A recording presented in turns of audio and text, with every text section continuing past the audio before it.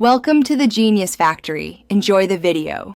You'll start by confirming the version and protecting your data. First, check File, Office account, and note the version. This helps if you need rollback.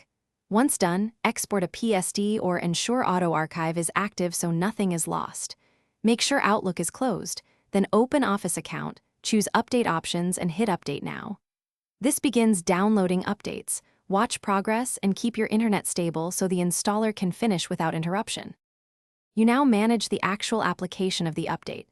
If you use Office deployment tools, confirm your update channel, monthly for stability, current for features, because that affects what installs.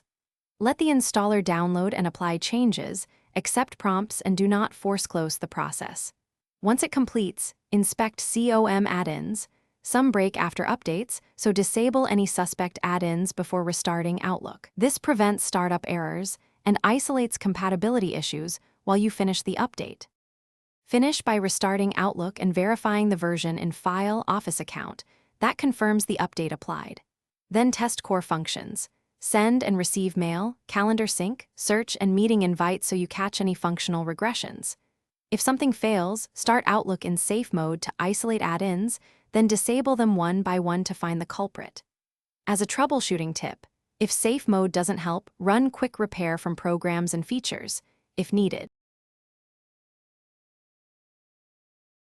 Thanks for watching. If you found this helpful, don't forget to like and subscribe.